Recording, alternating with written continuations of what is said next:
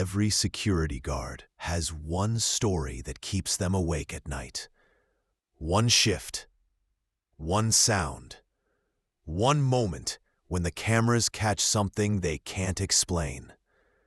Most of the time, they quit before the week ends. Some of them never come back at all. Because when you spend every night staring into the dark, eventually, the dark stares back. Tonight, you'll hear the stories they tried to bury. The government facility, the corporate office, and the elevator that moves by itself after midnight. These aren't ghost tales from the internet. They're the reports, written, signed, and archived by real night guards who swore they saw something human, or close enough to it. The government building incident. It was supposed to be an ordinary night. February 9th, 2017, Washington, D.C. A federal storage facility listed as non-operational since 2003. No visitors, no active staff, just 2 night guards, rotating shifts. But on that night, the camera in hallway 3C came back online after 14 years of being dead. No one had turned it on. No technician logged in remotely. And yet, the feed lit up, clear as day. At 2:41 a.m., Security Officer Brian Keller radioed in that motion sensors were tripping in the south wing. The wing sealed off since the closure. He was told to ignore false triggers. But when he looked at the monitors, he saw something moving. Not fast, not human, just a shape. It walked past camera 3C, slowly. No ID badge, no reflective vest, no face. The body was blurred, like static, as if the camera itself was trying not to focus on it. Brian left his post to investigate. The hallway lights flickered as he walked. And then, silence. When the backup guard arrived 20 minutes later, Brian's flashlight was found on the floor, still on, beam pointed straight into a metal door. Federal records say the footage from that night was corrupted beyond recovery. But a leaked still frame appeared online 2 years later.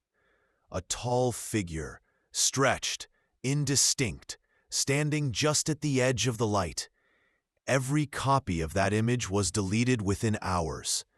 And yet, those who saw it before it vanished claim the same thing. It wasn't just standing there. It was watching the camera. But that wasn't the last time a guard disappeared. In fact, that night marked the beginning of something spreading. Because 2 weeks later, the same thing happened again. This time, in a corporate office, miles away. The Corporate Office Anomaly, March 2nd, 2017, just 19 days after Brian Keller vanished. This time, it wasn't a government site.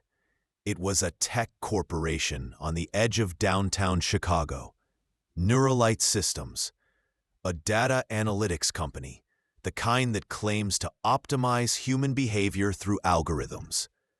Their headquarters operated 24/7, but their top floor was always empty after 10 p.m., except one night when motion alerts triggered the internal AI security system. It detected activity in room 410, a conference space with no windows and no doors unlocked from the inside. Security Officer Marta Alvarez was on duty. She checked the cameras. Nothing. She sent a drone patrol. No signal.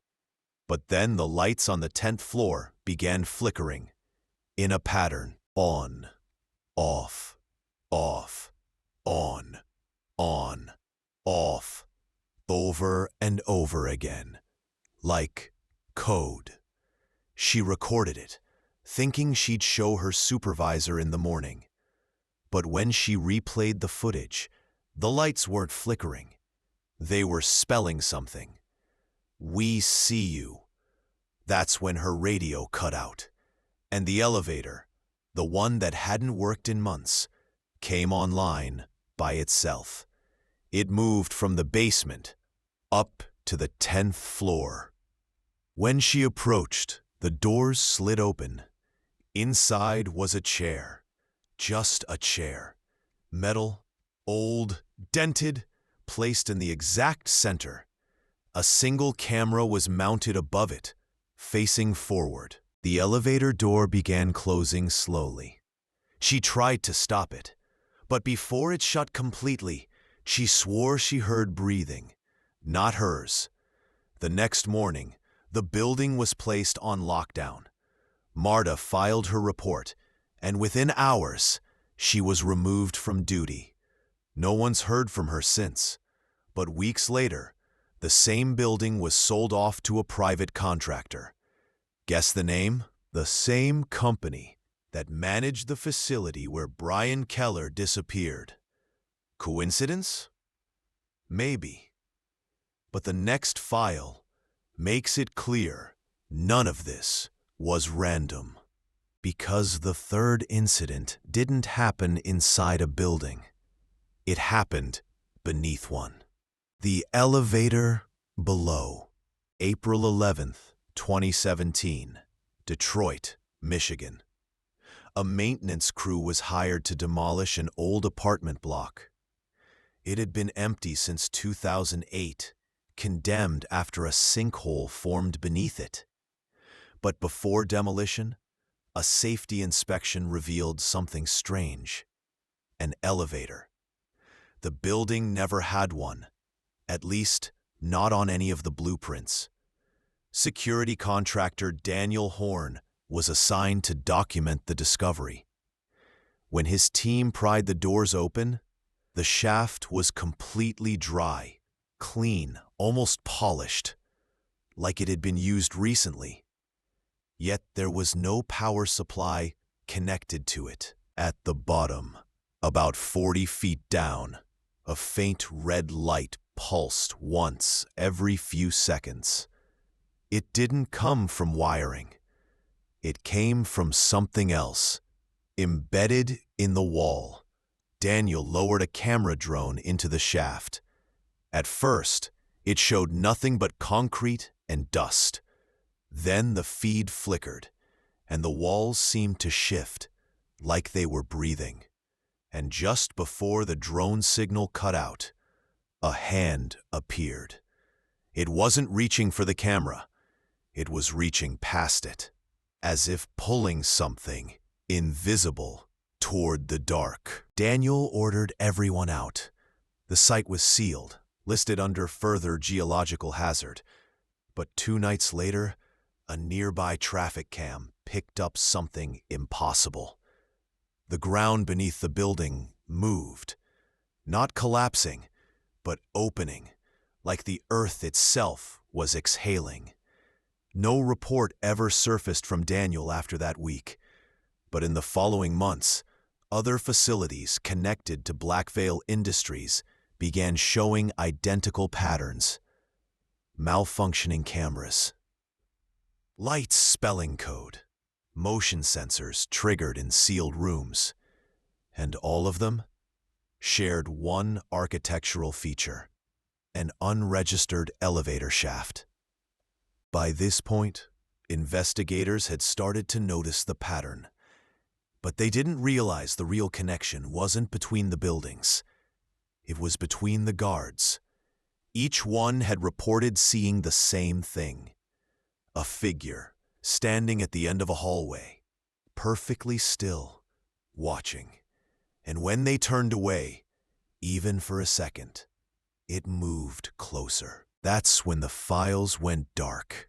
Every security report, every internal memo, classified. But months later, one final recording slipped through. A final testimony left by the last surviving guard to ever work for Black Veil.